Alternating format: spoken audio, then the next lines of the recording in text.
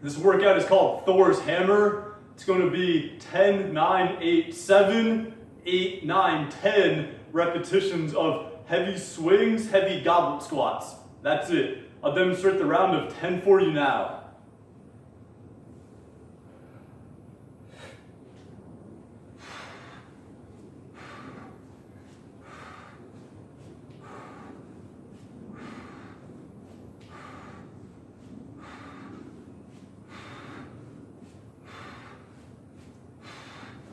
So 10 swings, transition right into 10 goblet squats.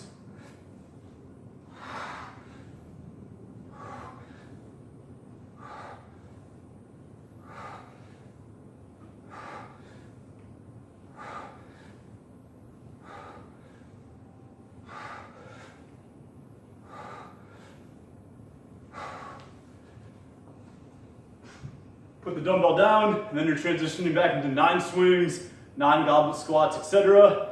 To say if you're doing the math, you end up with 61 swings, 61 goblet squats. Don't be afraid to go heavy on this one.